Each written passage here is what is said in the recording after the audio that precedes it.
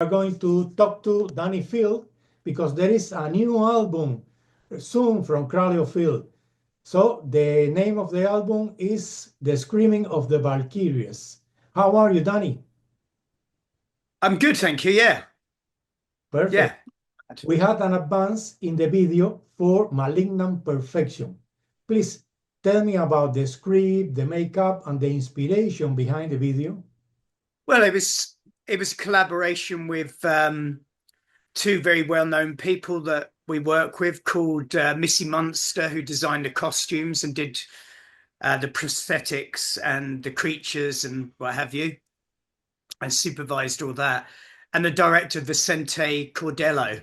And yeah, the video is just a representation of the track.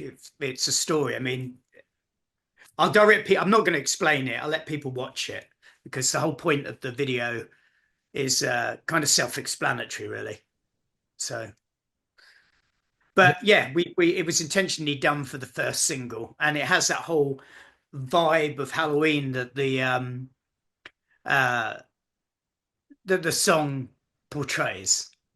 The band always pay attention to their videos, and I'm sure that you are a big movie fan. I know that you are a big movie fan, but for example, Babylon AD, take from Pasolini, but I imagine that Caligula, the movie from Tinto Brass, also inspire you, or even Tim Burton movies. Am I wrong? Caligula? For what video do you think? For example, I'm thinking that Caligula from The Cradle to Enslave. Maybe. Yeah, maybe. I don't think I'd even seen it by that point. I only saw it like quite recently. It escaped me in my youth. Yeah, so I don't think it was a direct influence on that because I wouldn't have even seen it at that point. And in this new recording, the first song is To Live Deliciously. And as long as I remember, this is not the kind of feeling usually the band talk about. An hedonistic life, apart from sex, no, seems different. So when the inspiration from To Live Deliciously come about? I think we've done plenty of songs that inspire that kind of emotion, but this particular song was to counteract the doom and gloom of some of the other tracks and the inspiration behind the album title. And as seen as metal is about escapism, it was really to heighten that emotion and to as a sort of rallying cry for people to enjoy everything. You know, I mean, they're obviously people sitting listening to the album, they're enjoying that. So to indulge in everything that was, it's like, it is right. You're like, it's a hedonistic war cry or a satanic mantra, or even, you know, like a life code. So yeah, it's kind of dark but playful, and yeah, I think it just counteracts the usual doom and gloom and everything that's going on in the world. As I said, music's always about escapism, but at some point you can't help but be influenced by the world around you. It will seep into the music, it will seep into the lyricism. It may even seep into, you know, the album and the associated videos. It just can't help but do that. And we try to steer away from that as much as possible. There are a few nods on the album, albeit to current affairs, and you know, the decline of the world. And so, yeah, it felt important to us on an album that also has one of our very saddest songs, which also has a positive message. I think it was important to do something that was a bit more celebratory. Let me just say there was a video, the video for To Live Deliciously was postponed because of the LA fires, because that's where it was being filmed. And it's actually been the second day's worth of filming is happening tomorrow. So we probably won't see the video for at least another 3 weeks, despite the single being out. So that's the reason behind that. But there will be possibly another video. Well, there will definitely be another video after that, and maybe even a fourth, or at least a release. Maybe not a full video, maybe a lyric video, I don't know, but there's definitely another 2 videos. So do keep your eyes out for that. And the album comes out, I believe, on the 22nd, 21st or 22nd, 21st, I think, of March. So 3 videos will definitely be delivered by then. Bearing in mind, we already had Malignant Perfection. The band never lost an erotic point of view in the music and videos, something that most of the band didn't pay attention to. Where did you take the inspiration from the sensuality in your songs? I don't know. Inspiration comes from everything. It comes from the world, like I said before, the world around you, movies, literature, theatre, the arts in general, nature, sex, death. You know, it can come from anywhere. And I think the erotic side of that just came from outside inspiration and wanting to do something that was being big fans of romantic literature, dark romantic literature, let's say, especially vampirism and the occult. There's a very strong erotic tie to that, and when you consider the most poignant life forces, they're always like opposites attract, like sex and death, for example.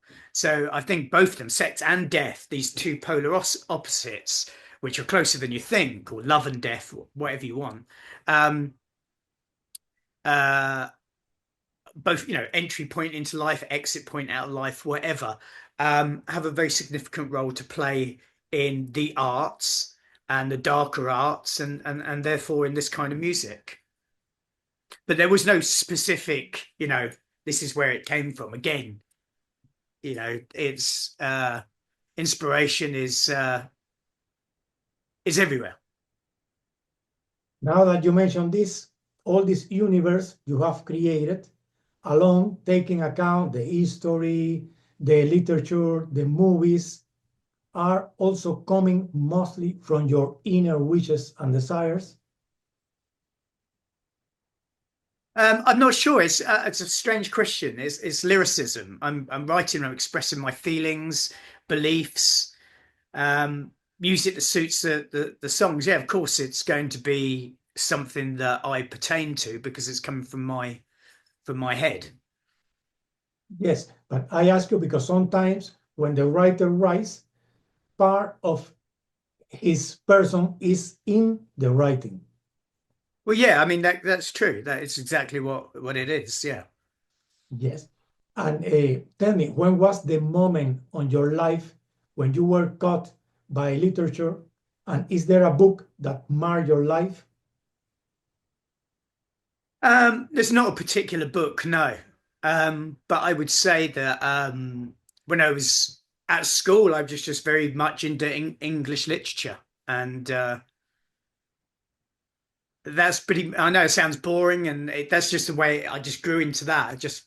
I preferred that kind of thing, and it just grew on me. I can't think of a moment when, wow, this book I was reading constantly. So yeah, there was no click. I mean, I could tell you about that for soundtracks, or I could tell you about that for music, but for books, it was a natural progression from youth. And I just had a very good teacher. I had very good English teachers actually throughout growing up, and always gravitated towards, being good and enjoying English literature. And that's, yeah. Yes. So in movies like Annabelle or The Conjuring, the paranormal investigators own a collection of strange objects. Now that I see the scenery that surround you here in the screen, do you objects with sinister stories? Yeah, I've got quite a few. I've got a serial killer painting by John Wayne Gacy. I've got a death mask from Tanzania. I've got some voodoo masks. Yeah, I suppose so. I've got got lots of strange and wonderful things. House is a bit of a museum, to be honest. In some interviews that I have seen previously, sometimes you mention your mother. Were you born in a family who enjoys music, art, of literature, and do they support your career? Yeah, absolutely. Yeah, my dad was a big music collector when I was young. Reggae, unfortunately, but my mother was into current pop music. But they got me my first record player, and but my mum bought me my first CD player. Yeah, they were always behind it, and we used to rehearse. Funny enough, in and she wasn't always keen on that. My early punk bands used to take move all the furniture in the front room and set up and rehearse there in the summer in our house. She didn't like that for long. Our drummer got a new bass pedal for his drums, and he'd oiled it, and it left a mark on my mum's new carpet. So we had to we had to rehearse all over the place. But I do remember her driving me to some rehearsals that were in different villages. I know she's been a keen supporter, so has my dad throughout my career. Yeah, and she regularly comes to my shows. So yeah, it's yeah, been very supportive. No, they kept supporting. Yeah, absolutely. I mean, it's not their as you say in England, cup of tea. It's not their preference, this kind of music. And in fact, when my family meet up for birthdays or parties or Christmas, whatever, um, our sort of get together music is the 80s, because at least um, we can all sort of agree on the 80s, and that could be pop, rock, whatever. The 80s was a good time. But my mum, yes, she is a fan, and she wants an amphetamine played at her funeral, but alongside Guns N' Roses and Aha. Oh, I know, and yeah, and Justin Hayward. But yeah, I'd say it's supportive.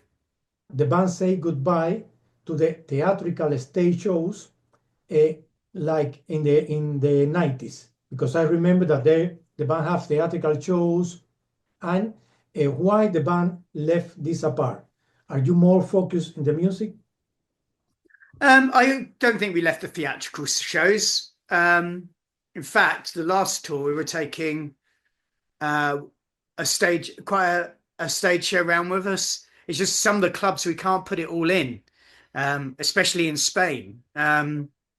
The Butt Club was like we couldn't even put in our Sentinels. I don't think our big statues. So no, I don't think we've deserted big production. It's just that unfortunately, some venues you just can't bring it. It's just impossible to do it. So um, yeah, we've done it plenty of times, and we're planning to do it again as well. And according to your point of view, did you inherit some influence from Norwegian black metal? Yeah, I think some. I mean, obviously, when we started as a band, we cherry picked musical styles from everything that we liked, whether it was sort of the gothic scene or soundtracks or the burgeoning peacefield scene that comprised of bands like Paradise Lost, My Dying Bride, and early Anathema, three bands and three albums which enticed us to go to Academy Studios to record The Principle of Evil May Flesh. So yeah, I think amongst all those things cherry picked, a small percentage was Norwegian black metal, but only a small percentage, because when we first formed, I was in contact with lots and lots of different people from Greece, Portugal, America, France, Germany, as well as Norway and Sweden. So yeah, I mean, of course, yeah, a tiny piece, yeah. Maybe not 20 or 25 years ago, but now we can consider that your band, Cradle of Filth, is your project, your band, your way of thinking, and your mind. How do you define yourselves as a songwriter and creator? I don't really think about it, to be honest. I don't know really how to answer that. Yes, but for example, the band, I think that your band is very demanding in different terms, in terms of all the process that surround a band, the scenery, the dressing, the makeup, the videos, the recordings. How can you deal with all this process? Well, yeah, it's true that when you're in a band, you have to wear many hats. Um, well, you just have to deal with it. It's just one of those things. I don't enjoy all of it. I enjoy the creative side immensely. Uh, Videos, lyricism, playing live, working with artists, writing music, editing music, recording. I love all that, but there's some other things you have to do that you just like. I don't, I'm, I know I'm in a band, but I shouldn't have to be put through this, I know this is, you kind of expected to be an actor and an ambassador and a speech maker and TV personality. Somebody wanted to do an at-home feature with me recently, and they were saying, "Oh, we're going to bring these people in," and I was like, "No, I don't want to do it." And it's like, "No, why? This is going to be a fun cover. You've got to do it. You've got to do it." And I was like, "I don't have to do anything. I don't want to do it. I don't want to bring lots of people into my house. I don't want to be getting all my stuff out that I treasure and showing it to the world. And I mean, I've got stalkers and stuff like that. I just didn't want to do it. And I just said, look, I'm not doing it. I'm sorry, but I'm not being miserable about it. It's just crossing a line. Yeah, I know it looks good for everybody else, but I'm just not into, you know, showing everything that I own and, talking about this private stuff. I mean, it didn't appeal to me at that point. And my point is, it was the reaction. It was as if, oh my God, but you've got to do this. And it's like, okay, no, what I've got to do is write music and release it. And, yes, I agree. I have to do interviews to promote that, but I don't have to do everything you say. If you say I have to get into a bath of fucking jellied eels in the freezing cold to promote a record, you can go fuck yourself, So, yeah, it can be difficult at times. It's very exhilarating, but um, there's some things that you're made to do. Um, and I'm not into that. I'm like I like to be a master of my own destiny. I think after 30 years, you kind of earned that respect or that decision making. When you formed the band in 1991, did you imagine that you will be celebrating one day the 20th anniversary, the 30th anniversary, 35th anniversary? Well, we didn't hit the 35th anniversary yet, thankfully. I'm waiting for the 35th anniversary. I suppose when you begin a band, you have many lofty aspirations, and imagine yourself playing to thousands of people. And, you don't think of the bad things. You think about the massive things you could do. That's what you want. That's who you've seen similar people on stage, the Iron Maidens of the world. And that's what you want. That's your career path. So, yeah, I guess you would imagine it, but the reality of it actually happening is a completely different thing altogether. So I'm just grateful for that as well. Yes, maybe next year or in 2 years will be the 35th anniversary from your band. But are you ready to Well, we're celebrate? counting it from our first album. The first album. Okay. Yeah. But at any case, are you ready to celebrate the 50 or 60 anniversary? Well, obviously not yet. No. No, not yet, not yet. But are you, for example, are you thinking of a retirement at certain age, or you are the musician who will die on the stage? Could be sooner than you think. Well, there's no plan. I mean, yeah, I think with musicians, or something in the artistic world, you can't think of an end to it.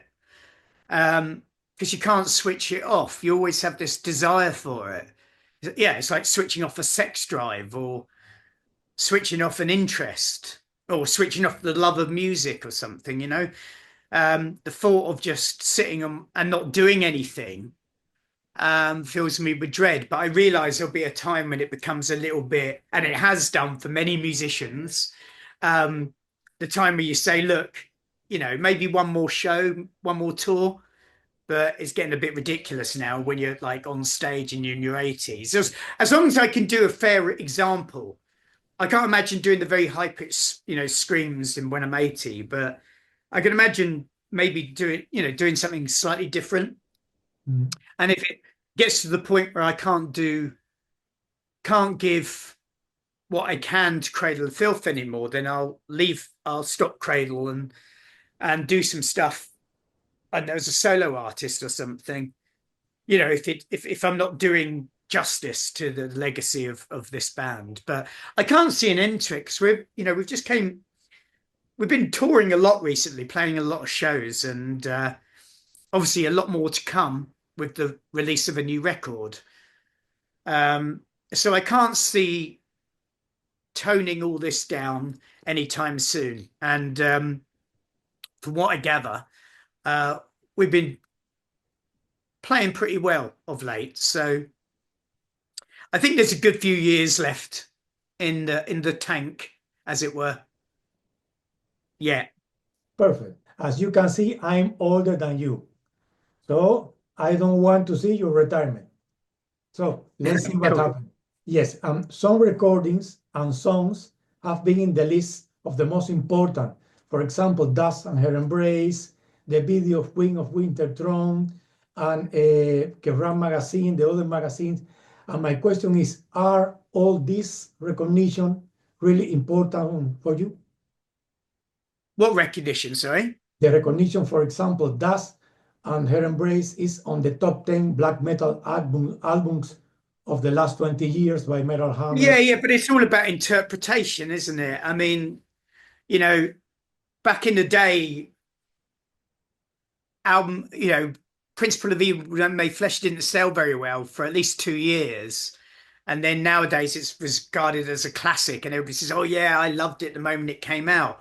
I remember touring with Emperor, and there wasn't many people at the shows at all, or having dissection support us, and there wasn't that many people at the show. Yet nowadays it's everybody seems to have gone to those shows. And I've had at least 20 people tell me how they went to a show in Edinburgh when there was only about 4 people at the show. So it's all about perspective. You could say that about all kinds of things. I think in 20 years' time, something like the new album, Screaming of the Valkyries, may be seen as a classic of this. It's about how the scene moves, how people perceive it. Yeah, I am pleased that we've reached milestones in our careers and we've created things people regard as classic. Yeah, absolutely. But we're not ones to sit on our laurels, and we continue to move forward. And this is what we're here for, talk about the new album. Everybody wants to know about your collaboration to Ed Sheeran. I can't talk about it. It's got no relevance to the new album. I can't talk about it at the moment. Perfect, Dani, perfect. This is the best answer you can have. You can tell me for this sentence, really. It's all done. It's ready to be released. I just can't talk about it at the moment because it's not relevant to the new record. And it's not in this album. That is the most important. Yes, this is really, really, really important situation. And taking account that you have a wide vocal range, how do you take care of your voice? Well, it's sort of tricks of the trade. You don't really have to take care of it as well, apart from the obvious things. When you're not doing anything, not singing. Like I haven't sung for other than just singing along with records and stuff. I haven't sung since we came back from tour, which was 2 months ago, and I won't be singing again until another 2 months. But I'll be doing a lot of rehearsals, and I'll be like this when I start. I'll be absolutely useless, and it will take 2 or 3 rehearsals to get back to it, to get back on that level, which is the benchmark is quite high. So I guess looking after it is the downtime where, it's like turning the engine off. you're not wearing, tearing your voice. So, but when I am singing, when I am on and the engine is turned on, after, you know, a week's worth of rehearsals to get back to performance level, there's tricks of the trade, drinks and hydration and warm-ups. Not too many warm-ups, because no point, you know, tiring yourself out before you even start. Yeah, just lots of little things that just become synonymous to a person over the years. And there's no point even mentioning some of them, because what's good for me may not be good for anybody else. In fact, it might be terrible for someone else, you know? Yes, I don't want to finish this interview without telling that I am Cuban. I'm from Cuba, the Caribbean island, where Cradle of Filth is very famous. Oh, really? My Yes. mum went for a few years ago. She loved it. Yes, and even there are bands that try to get your influence. There is a band called Mephisto that have clear influences from Cradle of Filth. They're in Cuba. I wonder, I presume it's not very easy to get concerts in Cuba. I'm sure the Americans don't like that. Interesting. Maybe one day, but if not, no problem. I have seen you in concert in the last 10 years at Hellfest and at Leyendas del Rock here in Spain. Oh, yes. I really enjoy the band. I hope that for the next tour, you were there in Spain last year at the end of the year, and the reviews were really impressive, and I hope to see you again this year. Cool. Awesome. Well, we are doing some summer festivals. We're kind of keeping away from Europe this year, aside from, you know, the shows we do between European summer festivals. But mainly our time is going to be spent in America and South America. And then maybe there's a surprise tour at the end of the year, which is being worked on. It may not be this end of the year, maybe the beginning of next year. But yeah, when I say a surprise tour, it's going to surprise a lot of people. So, okay, Dani, thank you very much for your time. And I hope to see you one day again in person or on the stage. okay, thank you very much. Bye. Yeah, bye. Take care. You too.